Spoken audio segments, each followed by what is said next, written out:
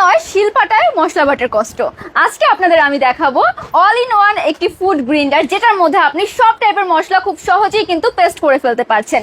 একদম প্রিমিয়াম কোয়ালিটির, চায়না থেকে ইম্পোর্টেড, আমরাই বাংলাদেশে প্রথম দিচ্ছি ফুড গ্রাইন্ডারটা। এটার মধ্যে আপনি সব টাইপের মশলা খুব সহজেই পেস্ট করে ফেলতে পারছেন।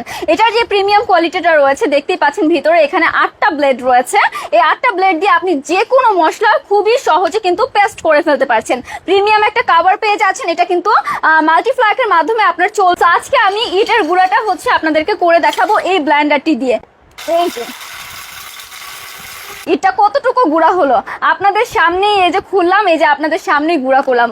মাশাআল্লাহ, দেখেন একদম পেস্ট হয়ে গিয়েছে। তাহলে বুঝেন আমাদের মশলা কিভাবে গুঁড়া হবে, কিভাবে পেস্ট হবে।